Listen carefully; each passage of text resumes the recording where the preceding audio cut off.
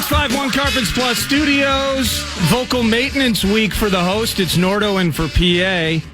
And we're going to jump right into this. And he joins us from an exotic southern locale via The Athletic. Alec Lewis at Alec_Lewis via X. How you doing, sir?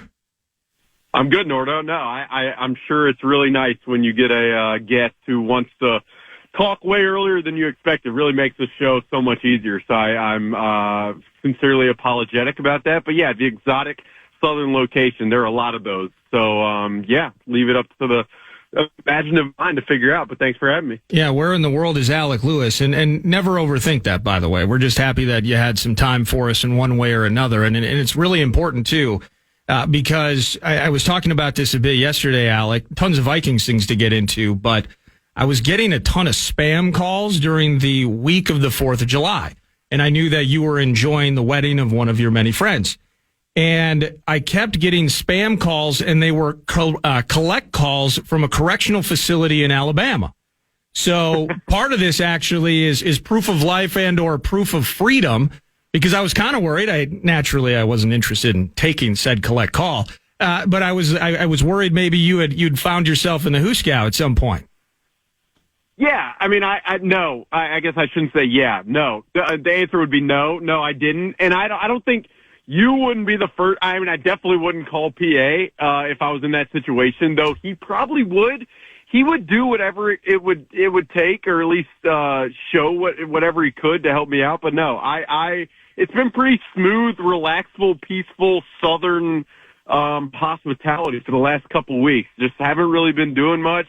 Played some golf. Trying to get the mind right for what is going to be a heck of a year. I mean, I was at dinner the other night and really was just enjoying some company with my aunt and uncle, and that's when the Jordan Addison thing hit my phone. So yeah, I mostly haven't been doing much. Just trying to rest up, trying to get in shape. You know how it is. Training camp's coming. It'll get real very quickly.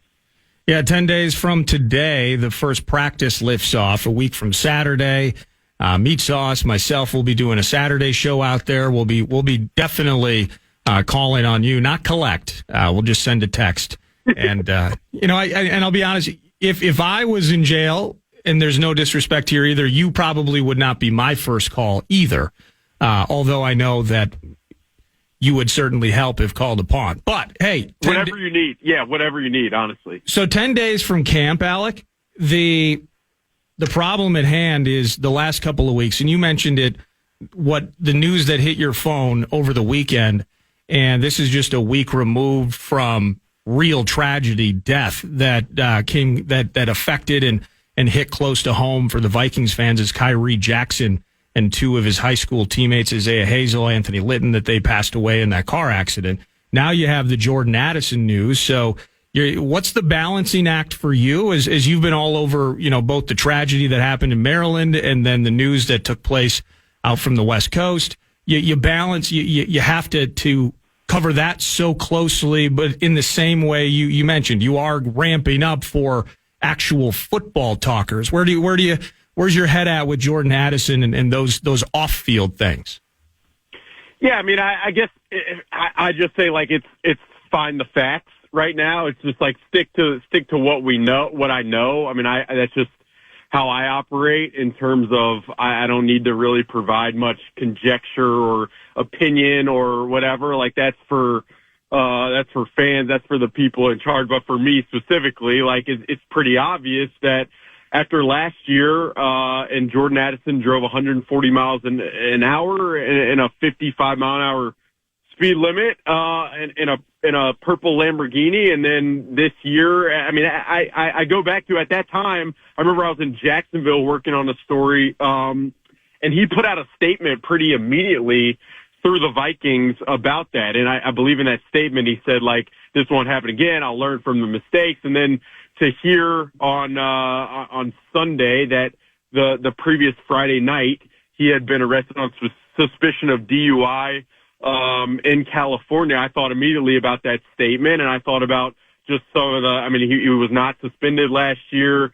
I thought about the way that Kevin O'Connell and some of the coaching staff just kind of talked about this situation. And obviously, like, I don't think we have all the facts from what happened recently, but the reality is, it is a concerning situation for a guy who I said publicly on the radio that this spring had been as impressive as any other Viking he'd done on the field. So it's just not what you look for. It's been interesting that he has not put him into the Vikings to this point. I'm pretty close with his agent. I have not heard from his agent, Tim Younger. For me, it's just continued fact-finding with the backdrop that is the reality of I already felt like the wide receiver room was not to a place where if they really want to compete and contend in some capacity this year, at least put up a pretty solid fight, I already felt like they needed depth in that room. And so this just, it places you in an entirely different situation that I don't think anybody could really have expected. And so, yeah, it was something to get that news for sure. So once you guys get your first media availability, I mentioned 10 days from the first practice, but rookies report, I believe, even as soon as this Sunday, and then there'll be activities throughout the week leading up to practices on the field. You guys will have the chance to ask questions and such, and this is something that will be heavy on the minds, maybe of the fans and some of the players, because I think about it, Alec. A week ago, I'm in mourning of a guy that was next to me in the cornerback room, a guy that was on the field with me. That's what I was doing a week ago. And now I'm just kind of pissed off at my teammate. You know what I mean? Yeah.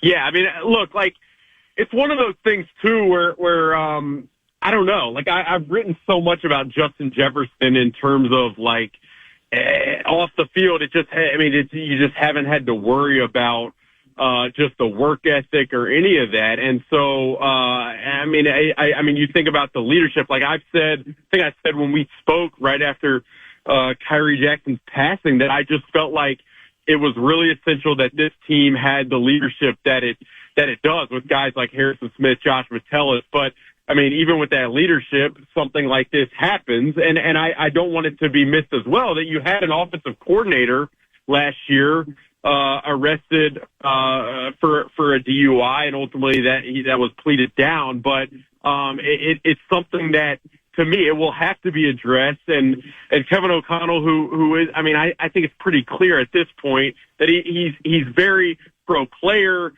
He's kind of buddies with guys. I think this is one where you see the leadership, where you need to see the leadership and the pretty hardline stance of, like, in this culture, this type of stuff just cannot exist. So again, I don't want to go so far because all of the facts, I don't know if we know them in terms of the Jordan Addison situation, but the optics are terrible. Not even just optics of the situation. The Vikings did not put out a statement until they were asked about it Sunday, which was interesting to me as well. All right. So last thing before we kind of get into the fun parts of training camp, I texted you about this, kind of sharing my Rube-like takes in regard to the fact that neither Dallas Turner nor J.J. McCarthy have signed their rookie contracts yet. And so speaking of balancing acts, I'm thinking simultaneously, okay, Kwesi feels like an 11:59 p.m. type of guy with this. If he can put his thumb on the scale at all to make sure that this fits best for the player, but also best case scenario protects the team, that's what he's going to do, and he'll take as long as he needs. The other side of it is, hey, the first practice is in 10 days. Like, are they going to have a card table set outside at TCO, and as they run out to the field for the first practice, they got a quick stop and sign the deal? Where's your head at with that? Yeah, look, Caleb Williams and Rome Odunze did not sign with the Bears until yesterday. So it's not like the Vikings are the only team that has dealt with first-round picks that have not signed until this point. Obviously, they signed yesterday. So now it is on J.J. McCarthy and Dallas Turner and the team to get something done. I'll say this, like, if you talk to agents about first-round picks and the leverage they have with these contracts, and the reality is they just don't have a ton of leverage. The slots are what they are. And so in their case, if they want to receive a signing bonus that is up front, or they want more guarantees for injury or into their later years, the only leverage they really have is to be willing to take it deeper, or into even training camp. Do I expect it to happen with J.J. McCarthy and Dallas Turner? No, because ultimately I think both players and their representatives understand what that would mean in terms of optics, both publicly and among teammates. And that is really important. Like, if you draft a quarterback and he's trying to gather the confidence of the other players in the room, starting out in your first training camp by not being there probably is not the way to approach it. So that's where, if you're Kwesi Adofo-Mensah and you're this Vikings front office and J.J. McCarthy's representatives have made it clear that they want a certain signing bonus or certain guarantees, you might be willing to be like, okay, well, let's see how far you'll really take this and play a leverage negotiation, which, as you mentioned, and as we've seen with Kwesi Adofo-Mensah, like he has not been afraid in the past to take it as long as he needs to take it to get the deal that he feels like is right for the Vikings. And so I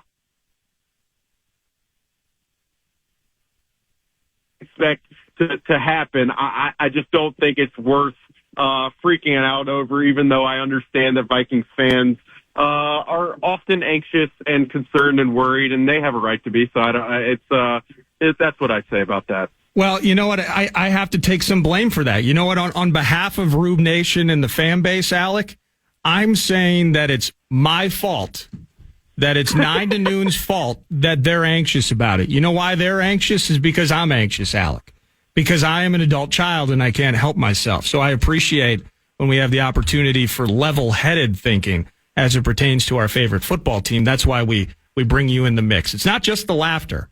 Okay, you make us feel good about ourselves because you laugh at everything we say, even though we're not funny. But you're also very level-headed in this, and we appreciate that. That's Alec Lewis. No, and I think that, it shows real, the fact that you would go on a limb and take that for the entire nation, I really, I commend you, frankly. Well, it's not only our commitment and integrity and high-end elite journalism and reporting on these airwaves, but we're honest when we can be as well. So we got that out of the way. Now it's time for fun, man. It is 10 days until the first practice. Sam Darnold's going to be ripping it, and we're going to figure out the contract thing. We're going to get to see the rookie. Just 10,000-foot view. What are you most excited about 10 days from now when these guys put the pads on and get on the field? Yeah, you know me. Like, I'm just excited to be out there, watching football. I don't I'll be standing behind the offensive line. Like, are they zone blocking?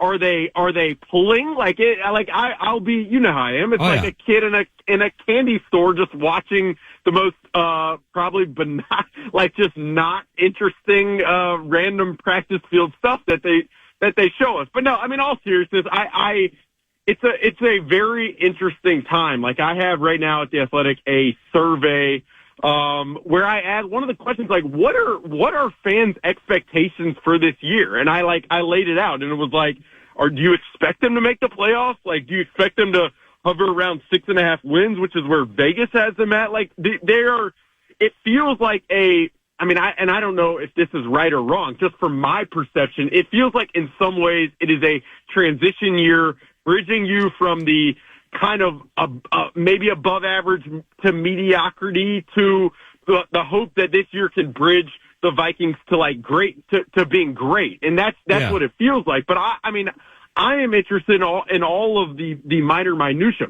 Will they play more man coverage? Will they run the football better? Is the interior of the offensive line good enough? What is the interior of the defensive line going to look like? Who are the receivers behind Justin Jefferson?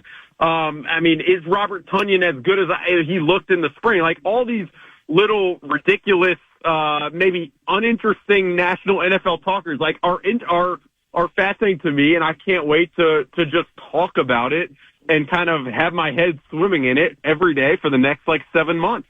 I got a couple more for you. I know you're busy this morning. I'll let you get on to enjoy the day. But when you mentioned the minutia of those sorts of things, when are we going to see your 20,000-word feature on Levi Drake Rodriguez? Because that's the minutia I'm looking for when it comes to a group, whether it's Harrison Phillips in the final year of his deal, Jerry Tillery. What do we expect in almost a career resurrection opportunity? Jaquelin Roy off his rookie season a year ago. And Levi, the 7th-round pick, looking for diamonds in rough. I can't wait to read that feature, making him sound like the next Aaron Donald / John Randall. But in all seriousness, that's the kind of stuff I'm looking for. The trenches here with this team, 8 wins, 4 wins, et cetera, transition year, I tend to agree with you. I'm looking for the interior of both lines needing to show a massive jump, and they need to show it early in camp from my perspective. Yeah, the Levi Drake Rodriguez, the 7th-round pick guy, I was when they drafted him, one of our writers who's now at ESPN, Kaylin Kaler, she reached out to me. She's like, oh, my gosh, he was my prospect X. I did this whole profile of him, and I can't wait to write all the Vikings fans to read it. And I'm thinking, this is an ego selfishness of me, and I can fully admit it, but I'm like, damn it. She already did this profile of this guy who's absolutely ridiculous, who's an incredible story. I was not happy. I told her, she's like, you should be happy you don't have to write it. I'm like, no, I want to make this guy exactly how you said. The John Randall, the Alan Payne. Like, I want people to think this guy is the greatest. So I have hung off I have not been on the Levi Drake Rodriguez beat a ton. I did talk to one of his former coaches who said he wore a feather on his helmet. So that might make it into some story at some point. Didn't really make any sense to me. I don't know how you wear a feather on your helmet. But I have done a lot of work on a lot of guys. It's like, I would say like, I've got like 7 Google Docs full of like 20 pages of notes on guys that I cannot wait to put together. Like, I've been Will Riker, the kicker. I've been all in terms of trying to gather as much as I can about that guy. But to the interior defensive line, which I think is right for you to bring up. Like, for me, it is a spot that I think they wanted to add. Christian Wilkins was a guy I really do believe that they really wanted to add in free agency, but ultimately the dollar count got to be where it was. So you're looking at a group that is pretty similar to last year. I think Jerry Tillery can rush the passer better than the guys that they had last year, but I don't have a ton of confidence that he's going to come in and be the next Dexter Lawrence or the next Justin Madubuike. So it's a really interesting spot that I think we'll talk about, the Jaqueline Roys and their development. Like, that's really minor stuff, but stuff I think is important. It's going to be fun to catch up on, and it's going to be fun to write the features that make you think I'm writing about Gale Sayers and Jerry Rice, because that's what I do. I love the stories about the people. I feel like I've been, like, with all of these stories that I've been working on that I haven't run yet, I feel like I'm just like, I'm at the gate, like I'm about to spring out of the Kentucky Derby. You could probably hear it in my voice, frankly. No, you're pumped up. Have you followed the receiver doc at all? Have you I saw one of the fellow reporters, Ben Gessling. I know you write for different entities, but you got like Ben Gessling in the mix. You hear PA and Bursich on the call numerous times throughout the documentary. Have you watched our guy JJ and followed the Netflix documentary at all? Yeah, I watched all the JJ parts. I got to be honest, and like I'm usually a pretty positive, upbeat, I love everything type of guy, but I was kind of like, like it wasn't, I don't know. I didn't come away thinking like, man, this was a riveting, like I thought in terms of I thought the film production's great. Thought Justin was likable, like as I think the people who know him know that's how he is. But I thought Kirk was more compelling, and I haven't really had the urge to go see what George Kittle's doing in episode 6. Like, I got to be honest, I really haven't. I thought the two of the more interesting aspects of it was the one Kevin O'Connell speech after the week 2 loss in Philadelphia. That was as much bite really as I've heard from Kevin, and so that was interesting to me. I thought it was cool to see like Mekhi Blackman jawing at Devontae Adams in the Raiders game. So that's what I'd say. But yeah, they didn't put me in there. I wouldn't have either. I'm not a face for TV. My voice on radio, as people are listening right now, are probably like, who the heck is this guy and why is he screaming? I didn't need to see myself. Justin's got it. He knows he's better with the camera, the grills, the necklaces. That's how it should have been. There have been a couple of Forrest Gump references in the text line throughout the course of this segment. I don't know what that means. I don't get it. But the people love the voice. They love the voice, Alec. I think when I come home, like somehow the Southern accent ticks up a little bit. And that may be just pretty obvious. Like, hey, you're around Southern people, you're going to talk more Southern. But similar to Forrest Gump, I've been trying to run. Like I talked about getting ready for training camp. I've been trying to run. The problem is, it is. I don't know if you've run recently, but it's not easy, and it is taxing on the body. So, any tips that the text line has for my running, I'm sure they'll be very civil, very helpful, and so you can just pass those along later today, no question. Hey, you're the absolute best. Thank you for finding time this morning to join me on the radio. And when you get back into town, of course, we'll be able to do this in person and start having. We're going to go from projection and surveys about how you think the season's going to go to actually breaking down how these guys look on the field. I can't wait, and I'm glad that you're a part of the fan fam. Thanks, Nordo. I appreciate it. Fun as always. Sorry that I botched your show. It's going to be on my mind all day. But yeah, well, it should be. Thanks for having me, and I'm looking forward to seeing you guys in person. PA has been texting me like every day. I don't really know why. He keeps texting me like he was asking if I'm going to be at this place. Like it's like, why can't he just go to the beach or something and just like take time off and actually just go dark? I don't really know, but he's not the most normal of sorts. So looking forward to seeing him and you soon. All right. See you, my man. Take care. That is Alec Lewis of The Athletic, at Alec_Lewis. Via social media, via X, and he covers the team, covers the Minnesota Vikings. He's in an exotic location right now. It is work-related, as I've been told, and excited to see all the new content that he puts out in relation to the Purple. We are indeed just 10 days from the first practice at TCO down in Eagan. I would say, the optimism and all of that, which is what I love, and it fits with this time slot. But there was a bit of preposterousness in there. When he asked me, I don't know if you've run recently.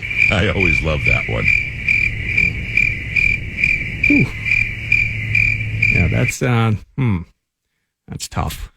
No, I have not. And as you'll get to see when we were all together on Friday night at Forgotten Star Brewery at the Rue Party, you'll say, Nordo, you should run. Or maybe walk at a brisk pace. Or maybe just move at all. They should put one of those treadmill desks right here in the studio so I can get my steps in while we do the show. One of those things that move your legs just back and forth just a little bit under the desk. Yeah, I've been in a stationary spot for too long. But we're going to fix that. Alec has inspired me. You, the listeners, have inspired me. And that starts off the TimberTech set list 9 to noon. Nordo in for PA on a Wednesday, vocal maintenance days. And this is the home stretch of chill time for the host, whether he's texting people furiously or otherwise. Vocal maintenance days, not good during the football season. Vocal maintenance days take place now. And so what we're going to do today, very potpourri style vibe, several different topics to get into, a little NFL heavy. We got Vikes Bites around the corner. Sounds like a fan favorite. We'll be entering the Vikings Ring of Honor. Some news coming out, I believe, yesterday. So, You're listening to The Fan. Hockey season is right around the corner, Wild fans. You know I'm excited. Join us and the Minnesota Wild for their Block Party series presented by Cub at Cub Foods in Hastings, Tuesday, July 23rd. Stop by from 5 to 8 p.m. for fun games, all KFAN swag. Proceeds from concessions will be donated to local youth hockey associations. Full details, head over to KFAN.com, keyword calendar.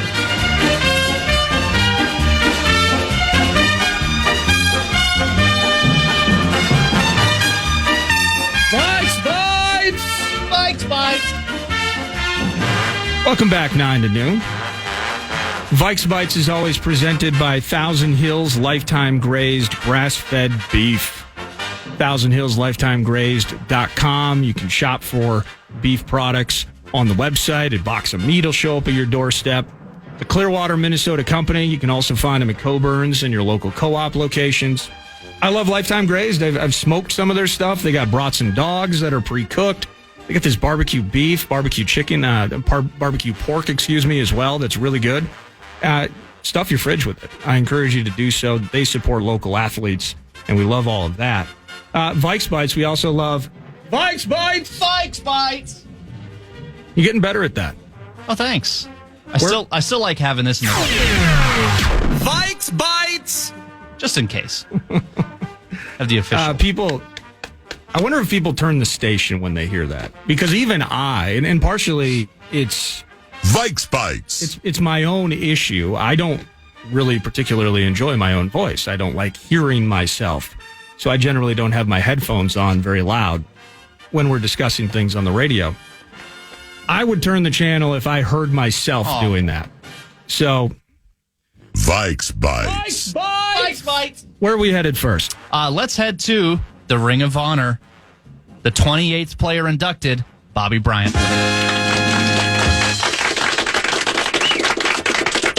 To borrow a turn of phrase from Bumper to Bumper, what was your favorite Bobby Bryant moment? Well, I'll just be honest. Given my age, I mean, he was, I believe, it was mid-1960s. He was a draft pick. So I know, and then he spent his time with the Vikings maybe early 80s. And so this is another situation. I was joking about it yesterday. You're going to have to ask your dad's dad about Joe Kapp. But Bobby Bryant, to older Vikings fans, from my standpoint, was always one of the fan favorites. I mean, you look at him, I got a couple of stats in front of me here. 57 career interceptions. You dig that. You have career takeaways, regular season picks and fumble recoveries, 63, so 53 and then 10 fumble recoveries. Career interception return TDs. Harrison Smith with 4. Bobby Bryant with 4. One in the playoffs, by the way. Vikings career games played or started by defensive backs, including the playoffs. I believe he's 4th all time with 174 games played, 141 starts. Bobby Bryant. So that's where he stands, and I've heard it percolate from time to time when you have Ring of Honor announcements. What about Bobby? I mean, there are several players in the mix, and maybe there are some that listeners are thinking of right now. Well, this should be the next guy. And again, I was born after he had finished his time with the Purple. So my ability to hearken back to elite Bobby Bryant moments, I just don't have that in me. But we're talking about a guy, of course, that played during, sadly, the glory days, quote unquote, the pinnacle of days with the Minnesota Vikings. So congratulations to him. I saw this. Let me see. I got a couple of quotes here from Ziggy and Mark. Bobby played a key role in the team's Super Bowl season, Ziggy says. He was a natural leader that teammates gravitated to, his knack for making the big play in the biggest games. That's the key. Bobby Bryant was a playmaker. He was a driving force in so many Vikings wins over that time. He's worthy of his recognition. That's Ziggy Wilf, Vikings owner and chairman, and then owner and president Mark Wilf. We're proud to recognize Bobby in the Vikings Ring of Honor. Bobby overcame the odds as a 7th-round draft pick, going on to play at a high level with great durability over his career. Off the field, he was unwavering in his faith and his commitment to the community. He deserves to be honored as one of the all-time Vikings greats. Well said by the owners. Well done by the franchise. And that's awesome. Bobby Bryant, forever immortalized in the Vikings Ring of Honor. Let me see here. I just got a text message. Bobby Bryant's field goal block in the playoffs versus the Rams bounced right into his arms after he made the block, returned it for a touchdown. Again, the playmaker. The playmaker that was Bobby Bryant as a member of the Minnesota Vikings. So, yeah, congratulations. That's awesome. Celebrating the greatness of a defensive back, again, prior to my time on this planet. But all the same, older Vikings fans, including older members of my family, have been talking about him from time to time over the years. So congratulations. Vikes Bites. That's cool. How many people are in the Ring of Honor? He is the 28th. He is the 28th. Correct. And you probably said that, and while I was looking for my notes, if you did, perhaps. I apologize. Yeah, exactly. It's fine. Vikes Bites. Let's move on here. I have a lot of audio here for Vikes Bites because I take this a lot like Meat Sauce's notes packet on Saturdays. I take this very seriously, Vikes Bites, and we appreciate it. So this comes to you from a Barstool podcast, Bussin' with the Boys, and it's TJ Hawkinson, his early impressions on J.J. McCarthy. He's grinding in the film room. He's grinding in the classroom. Like, he's a baller on the field, obviously. But, like, to have a guy, like, especially a rookie, you know, when you come into a facility, into the league, like, you usually need to shut your mouth and, like, go to work. And that's exactly what he did. Like, he's earned the respect of a lot of guys in there. Obviously, we have Sam Darnold, too, who's is a baller and can play the game at a really high level. So it'll be interesting what happens with those two. But I'm excited that JJ's on our team and on our squad. I mean, like I said, he's a leader. He did that in Michigan, and I'm sure it'll carry over to the league just as well. Now, I get the whole, if you're going to ask, how are you guys going to do this season? You're never going to hear them say, yeah, we're going to stink. We suck. So obviously there's a little bit of that at play, but to me, it seems genuine, like he's earned a little bit of respect. It's not just, I'm saying this because I have to say it. Yeah, I think that everything I've heard is that he's well-liked. It is not hyperbole that, well, they say it. I mean, he's hitting the notebook, right? He's the study. He's the study, not master.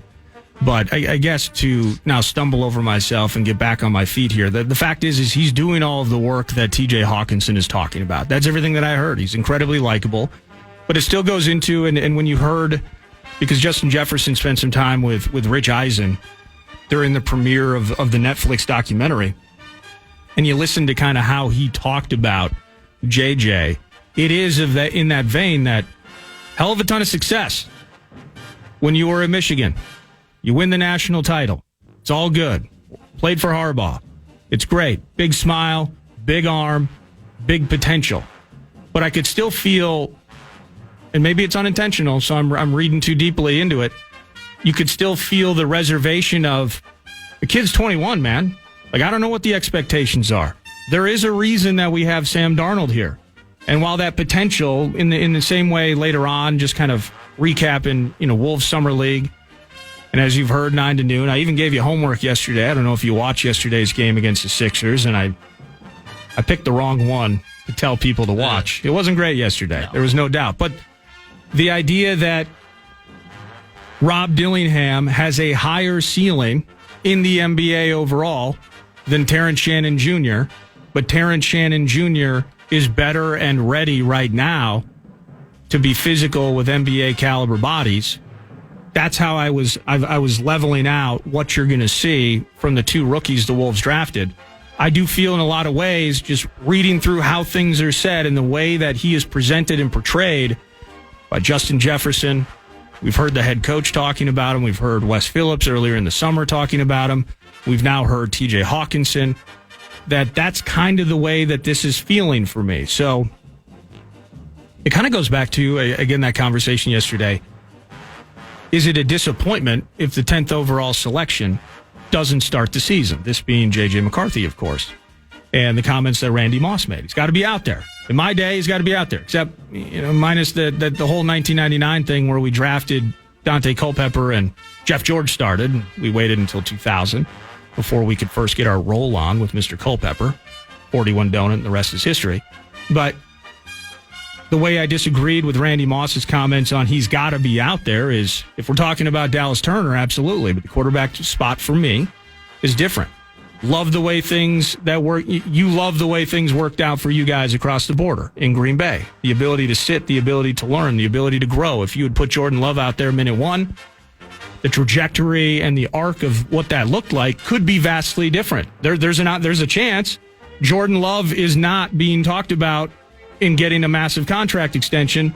You guys are talking about a quarterback that you just picked up out of free agency, or the guy you took a flyer on in the mid-late first round. That could have been the conversation that you're having, but you're not. Which, by the way, TikTok, Gutekunst. Come on. Let's get it going. Anyways. So getting back to with J.J. McCarthy and just hearing the commentary from these guys, it's starting to lend more and more credence to me, the idea of going in that direction. We wanted, as soon as we cut ties with Kirk Cousins, we wanted the immediate answer, and we wanted that immediate answer to be better than Kirk Cousins. And I think in some ways, that's where myself as a Rube, you listening as a Rube, I think that's where we're very unrealistic. And I think there is an element of patience. And Alec Lewis talking about it being maybe a transition year, the elements of being in a competitive rebuild, that kind of terminology doesn't sit well. But you hear the way he's talking. Yeah, he's a baller. Yeah, he's in the classroom. He's kicking ass. He's reading everything. He's growing. Yeah, he's a leader. He did that in Michigan. Absolutely. He's a winner. He's lost like once. since Pop Warner football. Okay, that's all good. This is a different vibe. And so the more that I hear people talking about JJ, it doesn't lessen my excitement or my optimism for what, again, he could potentially be, that higher ceiling that I'm talking about. But it also further reinforces that Sam Darnold should be, maybe the better way to put it, at least as of now, should be your week 1 starter. And so then that patience has to come into play as part of a year that the transition. That's a bad term. Transition is not optimistic. Transition is not contention. Transition is we're putting pieces together and it's potentially a multi-year situation. But in the end, you hear that from TJ, excited about the kid. Maybe the kid ain't ready. And I think that's okay based on what I'm hearing from TJ and JJ and everybody involved. Vikes Bites! Want one more? Sure. We had Randy Moss audio yesterday about JJ and about he should be starting. Yeah. But let's not talk about the future offense. Let's talk about this year's offense because Randy had some interesting things to say about what he expects this season's Vikings offense to look like. Oh, he The did? hot take was that they're going to have a top 5 offense this year. Even with maybe not the best quarterback play that you can make. You don't think so? No, no, I'm not saying I Tell don't. me. I don't think so. But the quarterback position for that offense or any position is going to be highly looked at. So, like I told you asked me about Joe Burrow and the Cincinnati Bengals, them getting back to the top. But like I said, it's going to go on the strength and the health of Joe Burrow. Same I feel thing like in Minnesota. you and Crystal had your numbers big time when there were some questions at quarterback for the Vikings, no? Different? It's a different era. You got to really understand how the game has changed.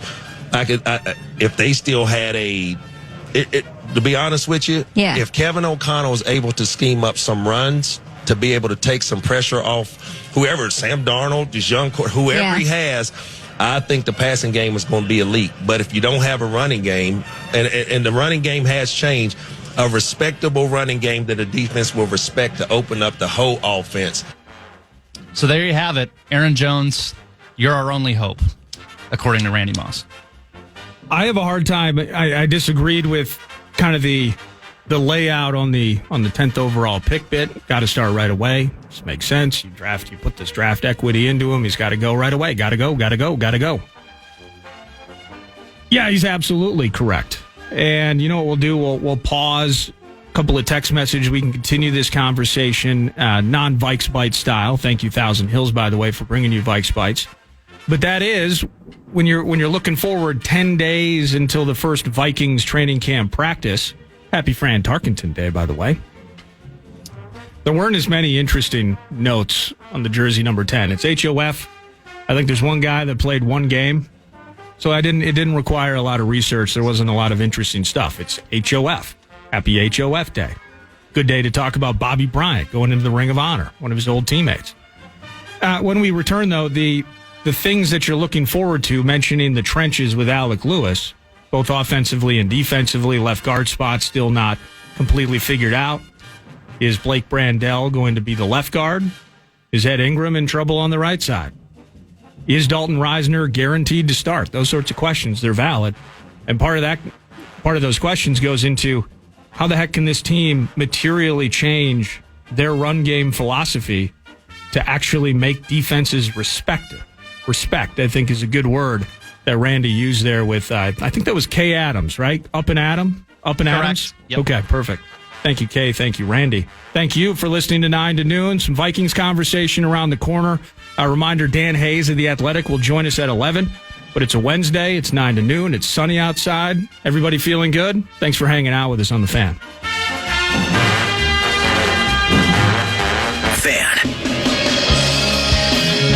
Find our Mall of America street team all summer long out at our events. Ask about the Mall of America mystery cards where everyone is a winner. And see where we'll be next. KFAN.com, keyword calendar.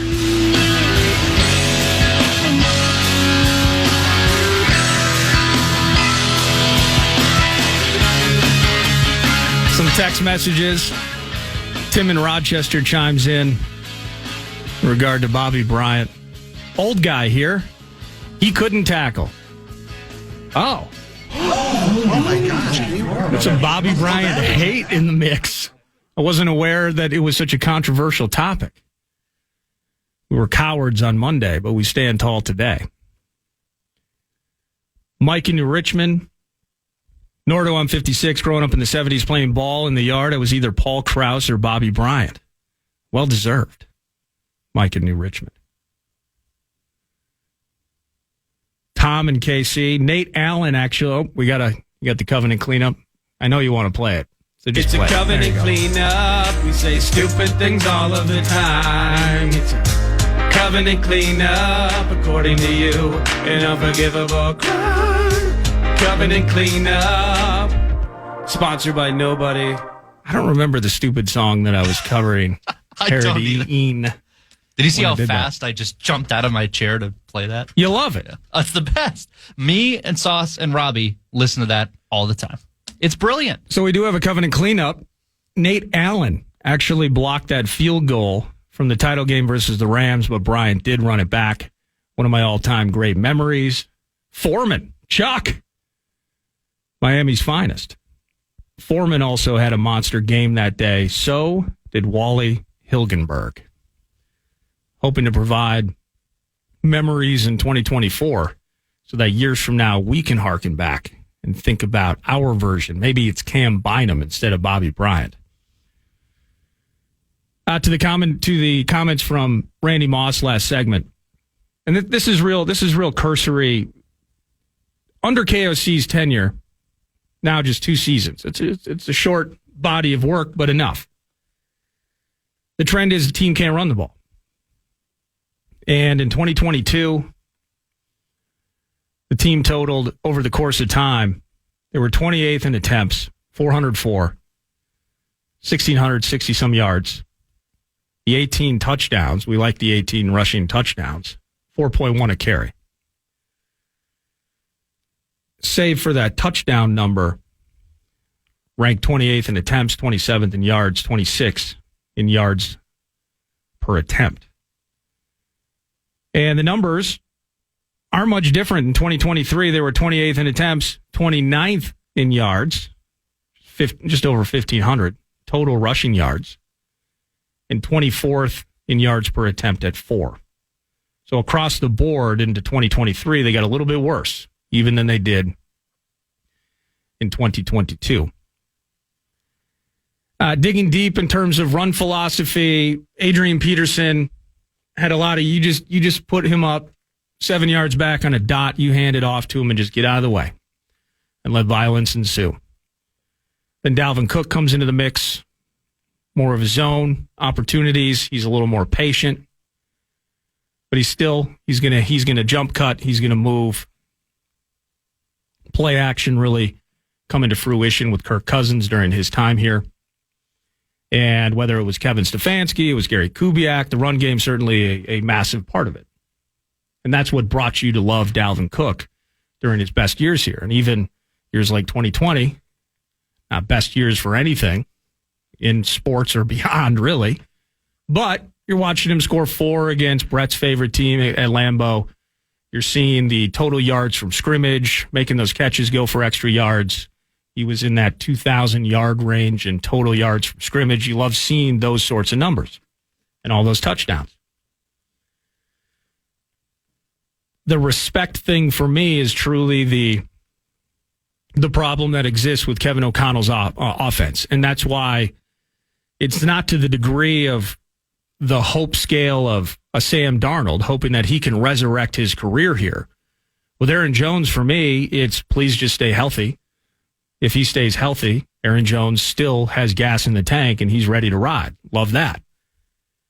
But something is fundamentally wrong that other teams don't respect Kevin O'Connell's run game. They do not respect the idea that he can do damage on the ground. And I've joked about it, but it's mostly tongue-in-cheek, but I believe there is some realism to it. I don't think he wants to run the ball. I think that if everything worked according to plan, it'd be JJ in space, Jordan Addison. Let's figure this off-field stuff out first. But eventually he gets back on the field. gets everything moving in a positive direction, you'll see him in space. TJ Hawkinson once he gets healthy. Robert Tonyan. You must love this. Seeing Aaron Jones on our team, Robert Tonyan. At one point, you loved Robert Tonyan as being like a Travis Kelce type producer. 10 or 11 touchdowns that 1 year with Rodgers, and then he gets hurt, and it's never been the same. He looked like a fantasy factor at one point. He did. And maybe there it goes. So we got Sam Darnold resurrecting his career here. We got Robert Tonyan resurrecting his career here. Sensing a trend. 2024 is going to be an awesome season, Vikings fans.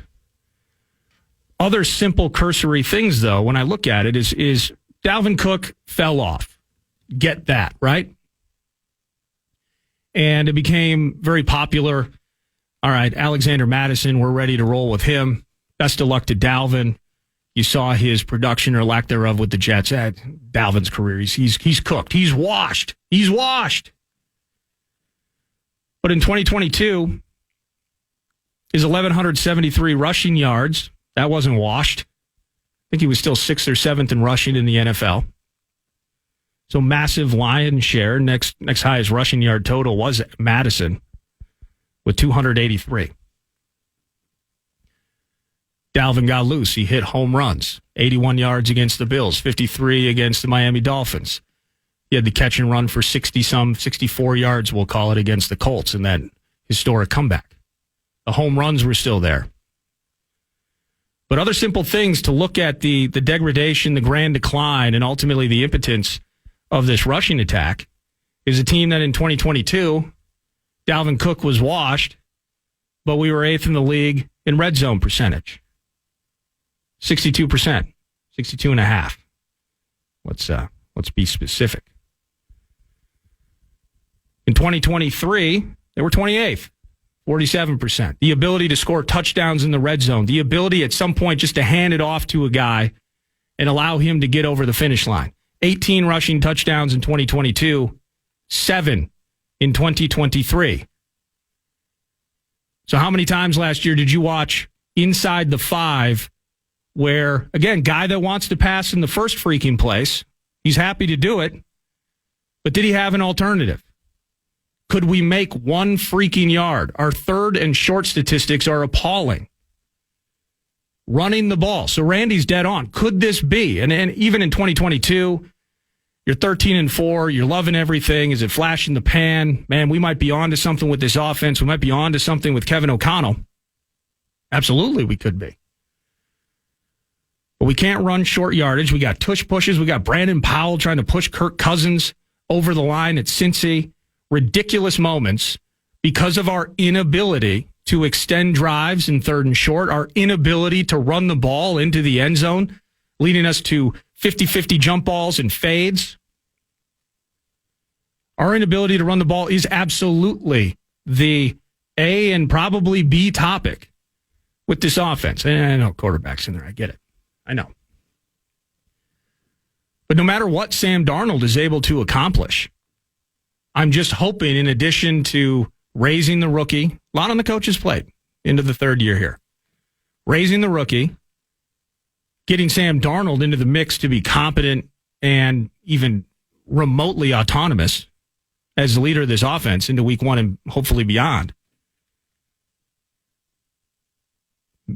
I hope that whatever he's doing at some point includes completely scrapping and reframing the philosophy of this run game. Not only based just basic, simple. I don't have to dig into StatHead and use my $8 monthly subscription to find you unique angles and avenues as to why this is important. We love the plays from JJ. It's glitzy, it's glamorous, they're explosive. I think I saw a stat, even despite losing all those games to injury last year, something like nearly 40% of his plays went 20 or more yards. I mean, that's of every coach would love to go 20 touchdown. There's no doubt about that. I want to give the defense a chance to rest once in a while, but you get my point. But the ability to control the clock, ends of games ending up being closer. All those one-score victories a year ago, one-score defeats last year. The run game is absolutely the A topic and the Achilles heel of sorts that can keep this team from being that elite offense. And so Randy's completely correct. And as we get to training camp, it is not going to be the sexiest of talkers about how Dalton Reisner looks and Blake Brandel. How's Ed Ingram into year 3? Can you see specific schematic changes to the handoffs? Is it a split between Jones and Ty Chandler? Catching out of the backfield, these sorts of things. The ABCs of the run game. It's not the sexiest thing. I want to hear about how JJ's looking. I want to hear if Darnold's ready to command this thing. Highlight plays, Dallas Turner with the pads on. Those are the highlight bits, but the functionality of this offense, from my standpoint, all rests on KOC's ability to create a competent run attack. A run attack that doesn't have to be top 10 in attempts. It doesn't have to be 6 yards a carry. It has to be something that defenses respect. I think that was the perfect way to put it from Randy. And we shall see 10 days from now, our first practice at Twin Cities Orthopedics Performance Center. Let's break. More around the corner. It's 9 to noon.